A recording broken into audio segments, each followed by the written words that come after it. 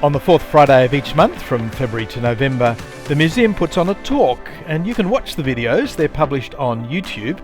Subscribe, it's free, and click the bell and you'll be notified when the videos become available. Thank you for watching. Welcome to the first talk of the year. Today, the first 2 months are on more local history. Today, the maritime history, which we were all obviously very keen to hear about, is defined not only by vessels and waterways, but by the people who choose to serve when others are in danger. This presentation marks 50 years of maritime history, search and rescue in Queenscliff and Point Lonsdale, a record of courage, skill and enduring community service along one of Australia's most demanding stretches of water. Central to our presentation today is Rick Lasslett and Michael Donohue. Rick is a former flotilla commander with Queenscliff. Their lives reflect the very best of that tradition, servicing one of the most dangerous reefs in the world. Rick devoted decades to maritime search and rescue in our region, serving as a highly respected leader, mentor and operational skipper. Known for his calm judgment, deep local knowledge and commitment to training, he helped shape modern rescue practices while inspiring generations of volunteers. The legacy of he and Michael is not only the lives saved, but the strong, capable service that continues today. The Coast Guard has planned many events for this year to celebrate their 50 years and their dedication, resilience and quiet heroism. Put your hands together for Rick Lasslett and Michael Donohue. Good morning, ladies and gentlemen. Thank you very much for inviting us here today, Michael and myself. Now, before we get too far into this, I want to introduce another member of our team. And this here is one of the best, hardest working members of our team. And you can see him sitting there. His name is Duncan. That's Dunkin. And his last name is Treadwater. And Duncan Treadwater is a key part of our team. Duncan weighs 60 kilos when he's wet. He weighs 40 kilos when he's dry. And Duncan spends a bit of time in the water helping our members train to safely remove someone from the water, particularly if they're unconscious or they're tired. So he's a very important part of our team. I was going to ask him to have a few words. He doesn't say a lot, and usually it's all about complaining about living in a tin shed and sleeping in a wheelbarrow. So I thought we'd let that one go. The other thing we've got here to show you today, and this is our dolphin. And this allows us to put this in the water, and particularly in shallow water, our members can use a hand control to direct the dolphin into shallow water to pick people up and bring them back to our boat, where in areas that our boat can't go to. We had a case recently which was a little bit different, where we couldn't get a boat back into the ramp because the water level was too low. It was an unusually low tide. So we thought, why not give it a try? And we found that a reasonable size recreational boat can be towed by this little fella. Here's a range of about, or at least 300 yards, so between 300 and 500 actually. And so he goes in and can do several things. One is get a person out of the water. He's designed that when he approaches them, that they just automatically see that the place to lay is like that on top, and he can bring people back to our boat or to shore. A little bit where we operate from. Here in Queenscliff, of course, we all know that we sit at the heads to Port Phillip, and that's a piece of water that's 1,930 square kilometres. It's a lot bigger than we realise. And so all of that water, a lot of that water is trying to pour out through the heads at each tide, or in through the heads at a tide change. So we can have tides of around about 8 knots running through there. It certainly is and can be a very dangerous piece of water and is recognised as so. 1926, the Lifeboat Queenscliff was launched, And as I'm sure you've all seen it in the museum, it was at the time the best piece of equipment available. And she's done a great job over the years. Built in Adelaide, some of the most well-known things that the Lifeboat was involved with was the 1960 Commando incident, where 3 Australian commandos died here in the Heads when the weather turned out to be worse than had been expected, and their vessel sank. And it was a serious and very sad occasion. 1966, the disappearance of Harold Holt. The lifeboat was again in operation out searching for Harold Holt, keeping an eye out for a Chinese submarine that was never there. Indeed, at that time, the Chinese didn't have any submarines. But of course, as we know, Harold Holt his body was never found. All of that was done by semi-volunteers. There was a small stipend they were paid for training and turnouts, but they provided a service, and whenever the wreck bell rang, they would turn out and day or night and assist as they could. In 1976, the Port of Melbourne, or the board, decided that they would stand the crew down immediately, and the service was closed. At that time, it was recognised that Coast Guard was the obvious organisation to step in and improve the situation by creating their own rescue service here. On the 6th of May 1976, people interested in setting up a marine rescue in Queenscliff, as well as through the auspices of the Australian Volunteer Coast Guard and the Geelong Squadron. And that meeting ensured that we had a future for marine rescue at this location. Members decided to use their own boats until another boat was able to be procured.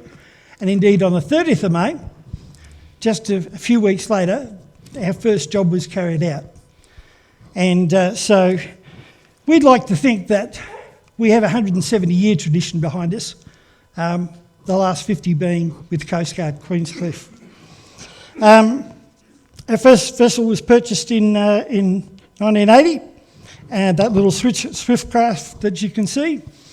And we then went on to several other vessels until we purchased in 2002 the Yellow Boat, which was when I joined Coast Guard, and in that time, and I fell in love with that boat. It was my first experience on a vessel, and she was big and she was heavy and she was really good in the sea, and so we had that until about 2022. After 2022, for the first time, the vessels were provided by the government, and so we've been using a series of vessels. In the last state election, we were fortunate enough that the Labor and Liberal parties both made a promise to provide a new vessel here at Queenscliff. So we have now taken in July a new rescue vessel, which is Rescue 203. And Rescue 203 is designed to go outside the Heads, out to 60 nautical miles and even further if required. That vessel is a prototype. We've been doing a lot of work with the designers and the manufacturers and Marine Search and Rescue Victoria to actually use this as a design platform for the next vessels to come. So at this stage, we're still using our 10-metre boat, and now we're authorised to start using our new boat as well. So that's gone really, really well. And I think now I'm going to hand over to Michael. I'm going to talk a little bit about our partners, our technology, who we work with, what we do.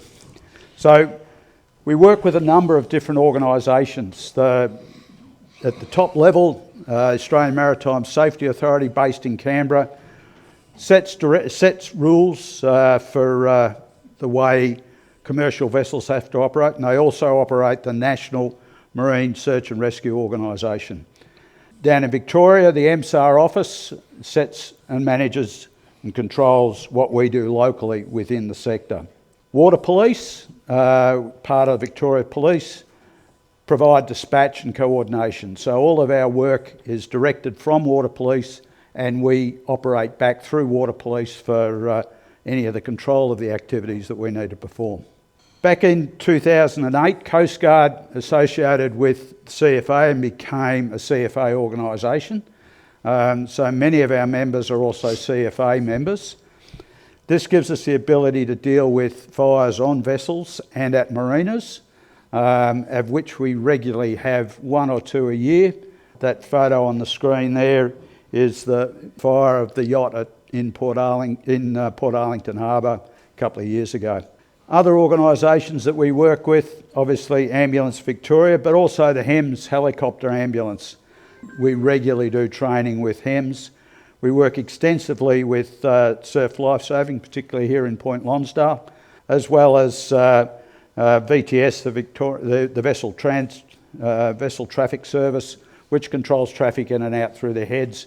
And we often have to coordinate with them to make sure that we're syncing up with large commercial vessels coming in and out. There's not a lot of room in the RIP. Our key piece of equipment is our vessels. Navigation. Years ago, it was all based on paper and compass. We still use paper extensively for planning, but on the vessel, our trips are planned on the radar, governed by GPS to know where we are, assisted by AIS, the vessel identification system, which lets us see where commercial vessels and many recreational vessels that maintain AIS are anywhere in the world at any time of the day. The communications, such a vital part of what we do, has moved from no communications to telephones. Mobile phones are a big step up for us.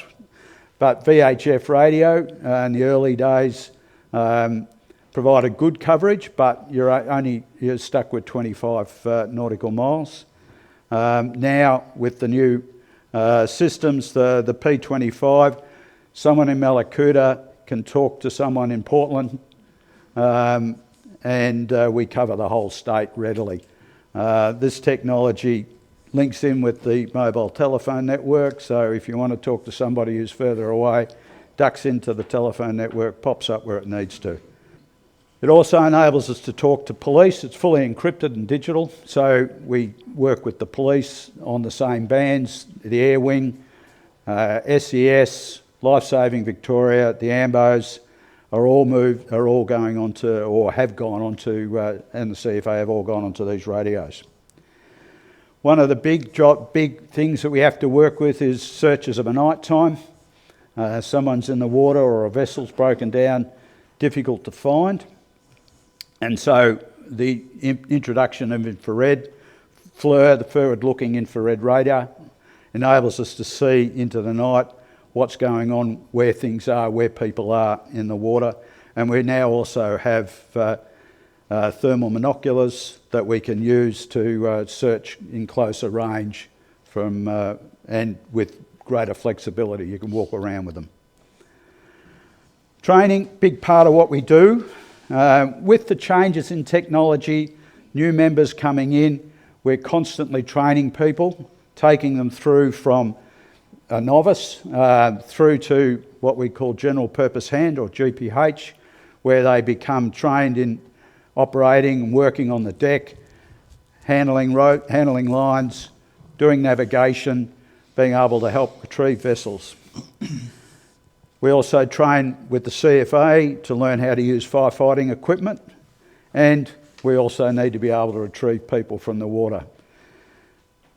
The techniques have improved a little. Don't have to be wound up on the Jacob's ladder anymore. We have far better technology.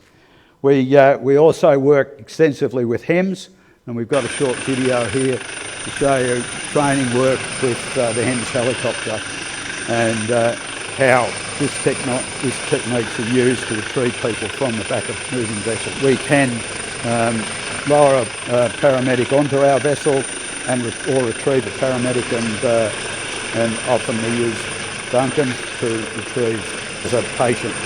Our vessel's travelling at around 10 knots. The helicopter's moving as well, and that enables the helicopter pilot to maintain a consistent position with our vessel during this whole process. Let me tell you, it's really noisy and really wet. How noisy, Michael? Very noisy. And that's me on the line in this little bit of video.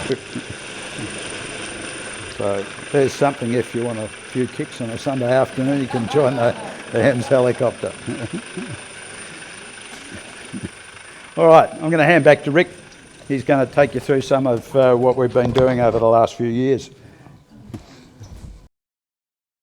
Well done, Michael.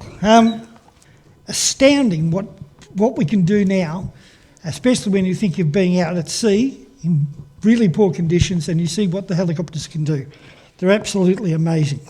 Our history was interrupted in the fact that a number of years ago we had a fire back in 2009, I guess, and we lost pretty much all our records. And so everything went, and indeed this event today has meant that we've actually picked up our game and gone back and done a lot of research to try and recalculate the numbers of jobs that we've done. And you'll see there that the way that the numbers have increased over the years. And certainly, you know, when you think that 50 years ago we were operating with members' boats, without any major radio communication, you know, it was a very different place. As of today, this financial year, we've done 71 jobs, and that is from 1st of July. This year we will probably be up around 100 for the first time. Last year we did 93 jobs. Jobs, we roughly classify them as rescues and assists. An assist is where somebody breaks down in Swan Bay. It's fairly flat, it's fairly shallow. We tell them to do two things. One, put the anchor over the side. Two, put their life jackets on, and we'll come and get them. No big deal, the boat's broken down. Same reason, boat's broken down, but this time it's in the approaches to the rip. There's an outgoing tide of 8 knots. There is a southeast leak coming in, which is bringing high waves, and they're heading towards that as they're going out through the heads. The same cause, but now that's not an assist, it's a rescue. And so that's where we need to get out to them fast, get alongside, get a rope on them and tow them to a safer place, because at that particular location they can throw an anchor over the side, but there's 200 feet of water under them. So they're not going to touch the bottom. They're totally at the discretion of the wind and wave. So that's what we do out there, and that keeps us really on our toes. That particular job was a plane crash, a very sad event. It was raining, it was January 29th, I think, and I remember it was lunchtime and we got a call to say an aircraft had gone down about a kilometre off the heads at Point Lonsdale Lighthouse, about a kilometre off there. Nothing else was known. And so we responded. Indeed, the skipper on the day was Gary Tomlins, who's here in the audience.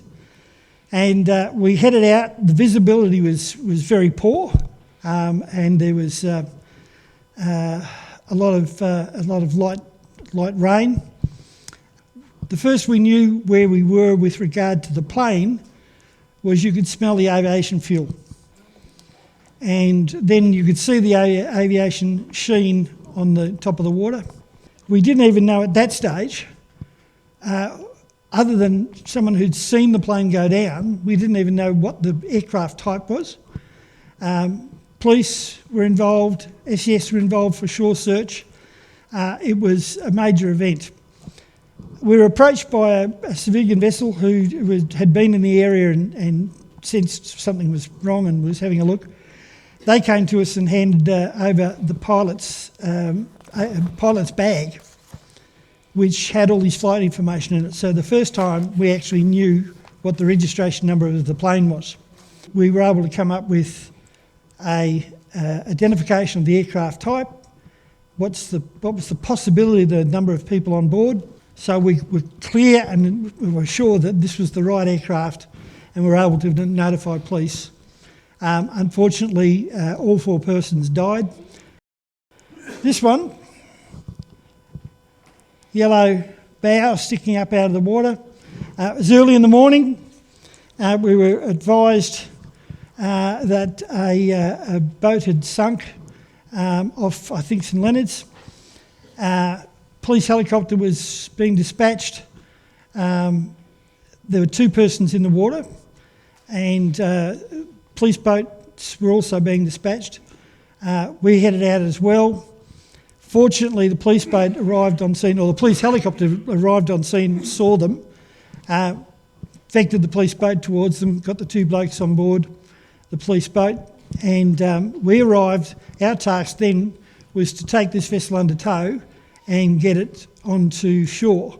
This is technically, this vessel is now a hazard to navigation, and you wouldn't want someone else running into it at 20 knots in the middle of the night. The law of the sea is not LAW. The law of the sea is LORE, and that is that without putting your vessel or crew into significant danger, that you will always assist another vessel in distress. And so it is a tradition. It's a very good tradition, and it still applies. If you look just outside this vessel, here and here, you can just make out what we know is a submarine. Now, there's of course a submarine down at the end of Swan Island, and this guy, dozens and dozens of times, he's been doing this for over 20 years, had gone fishing in Swan Bay, and somehow he made a mistake on the way out to come back ashore, and ran over the submarine.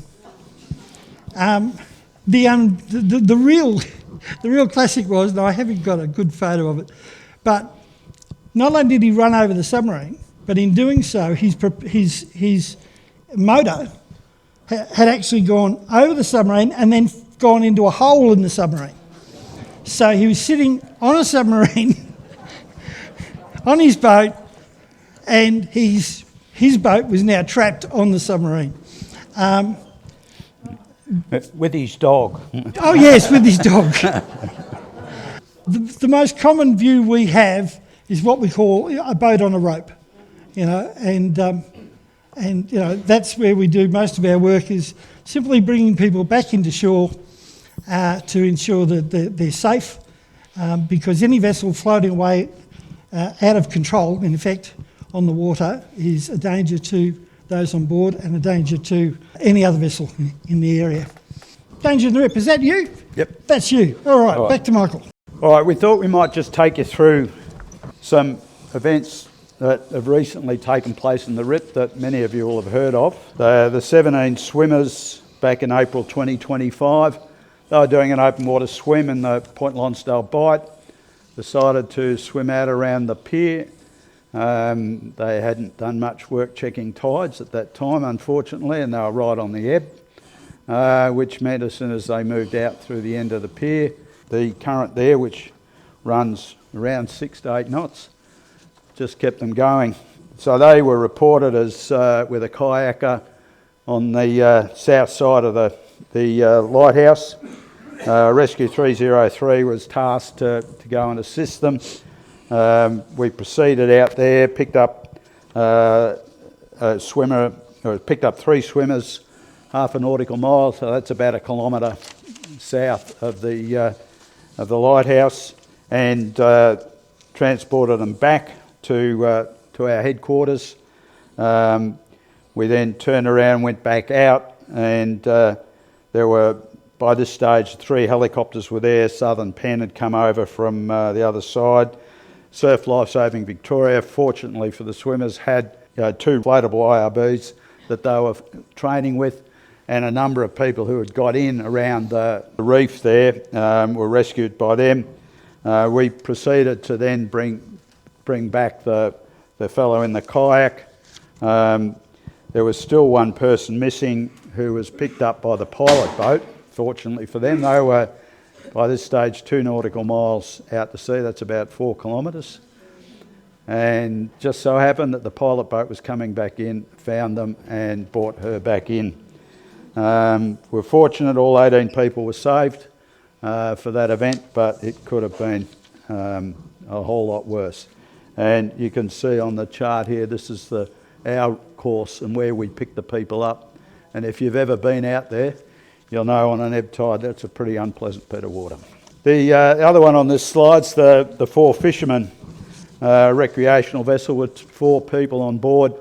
Was seen heading out through the rip. It overturned. 1 occupant managed to cling to the upturned vessel. The other 3, which we didn't know were 3 at the time, were in the boat and were in the water nearby. So they got washed out.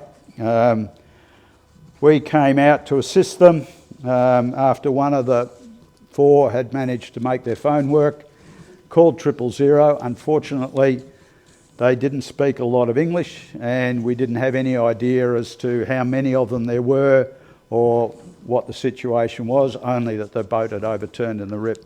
Travelled out, picked up the fellow who was clinging to the upturned vessel. By this stage, there were no other people in the area.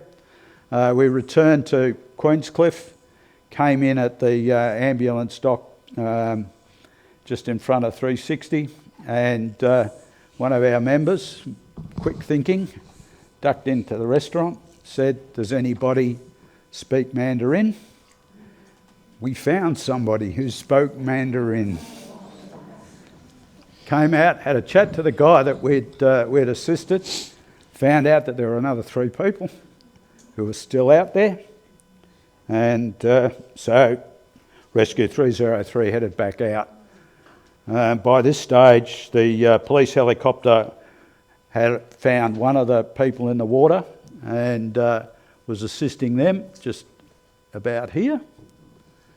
And so they were being winched onto the police helicopter, so they were fine. We got a call from a pilot on a cargo ship that was going out. He had seen 2 people in the water. He threw a life ring over with a flare attached to mark where they were. We picked them up over here. Again, another successful rescue involving the lifesaver helicopter, Southern Peninsula, the Hems helicopter and water police. A good outcome. The grounding of the Corsair happened on the 5th of October 2023. About 11 o'clock at night, a mayday came over that the Corsair had run aground on Mushroom Rock just off the Point Lonsdale Reef. If you know the reef at all, you know it's sort of a somewhat disjoint chunks of reef. We were tasked to come out and assist along with the water police, Southern Peninsula, and 2 of the pilot boats. This is out of the report that came out after the Safe Transport Victoria did a review. The pilot boat had run up onto the rocks here, and then went over the rock and drifted up and locked on to the edge reef here. The 3 people on board and were directed to get their life raft and launched on the other side here. We were waiting here in what was a pretty horrible bit of sea. We were able to recover them. I've got a little bit of video that you might find interesting as to what happened on that night. At 11:15 last night, a mayday call went out after a routine trip hit the rocks in one of the most perilous stretches of water in the world. The $3.5 million pilot vessel's navigational tracker shows it made 3 successful trips to ships earlier before collecting a captain closer to shore. 15 minutes later, it went straight into the reef. A victim of the hazards it protects other ships from. This 17-metre Port Phillip Sea Pilot vessel is a shattered wreck. The boat's engine is wedged on the reef. while other sections are being retrieved from where they washed ashore after being torn apart in the violent surf. Shortly before midnight, the boat hit a reef on its way through the treacherous Port Phillip Heads, amid 4-metre swells and 60 km/h wind gusts. The 3 men on board were stranded on the reef. Efforts to get the men to shore were both difficult and dangerous. A fisherman using a nearby pier saw some of the drama unfold in the darkness. Don't know how they survived that. They're very lucky if they survived that. It's pretty treacherous out there. It was a pretty horrible night, let me tell you. It was very cold, very wet and very blowy. And the seas were about 3 metres. A little bit from Rick about some of our community involvement. Yes, you would have all seen our members, and usually me as well, at community events. We do a lot of markets. We do 24 markets a year. Our primary reason for being there is to talk to boaties about marine safety. We want them to ask questions, we want to give them information, we want to make sure that their journey and their day out on the water is as safe as possible. While we're there, if we can sell them some items that might make what they do safer and easier, we do that too. While we're there, we also, if we've got the opportunity, we're selling raffle tickets, and all of that money, every cent, goes back into Coast Guard Queenscliff, doesn't go anywhere else, and that helps us pay the bills. We get some government funding, but we are responsible and expected to do some fundraising ourselves. I'm very pleased to say I was going to sell raffle tickets here today, and I was unable, not because of any rules or regulations, because I sold them all. And so over the last 3 months, we've been having our biggest event, a fundraising event, and we sold 5,000 raffle tickets finishing up last Sunday, and that's drawn on the 10th of March. So for those that bought tickets, thank you very much. We appreciate it. We're planning a raffle over the music festival weekend, as we always do, and we'll be doing a raffle in the new year, or from about December 2026, for about 3 months again next year. So you'll see me out in the street annoying people, chatting to people. We're involved in lots of other public events, indeed visits, talks, both inside and outside the Bellarine. I think last year we did about 60. Including markets, including fundraising and events like this. So we like to get that message out about safety on the water. So, Sport, thought we'd spend just a couple of minutes at the end to fill you in on where we are, our current capabilities, our scope. I've talked a bit about the technology, the fleet.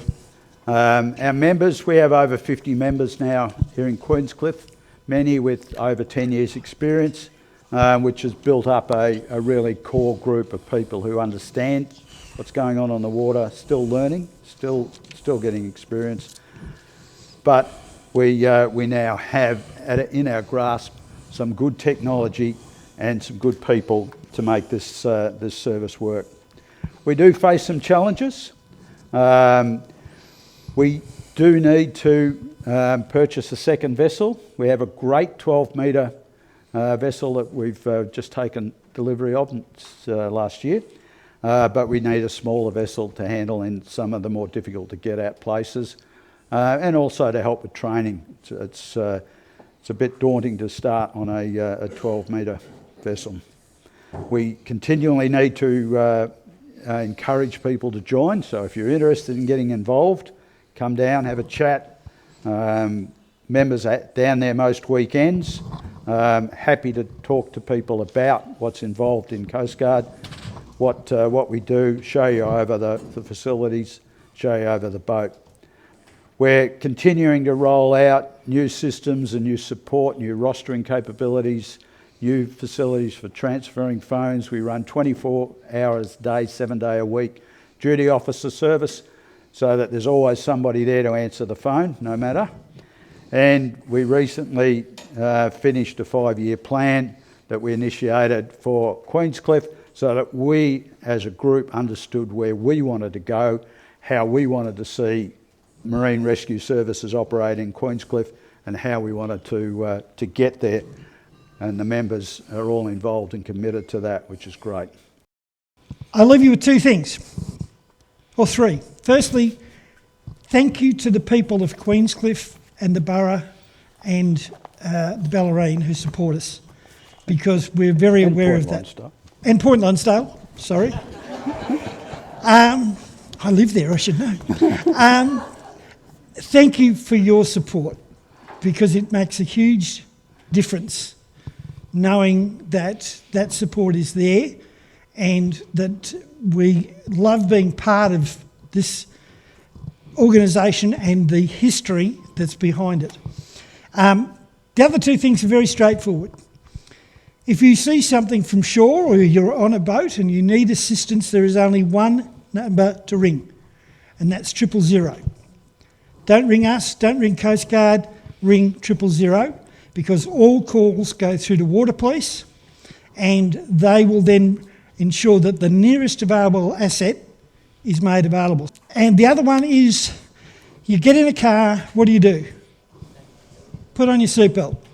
If you get on a recreational boat, put on a life jacket. It's really simple. When things happen and you drop into water, you need to have something else that's going to be there to make life safe for you. So please make sure you do that. Thank you very much from Michael and from myself and from Duncan, and thank you for your time today.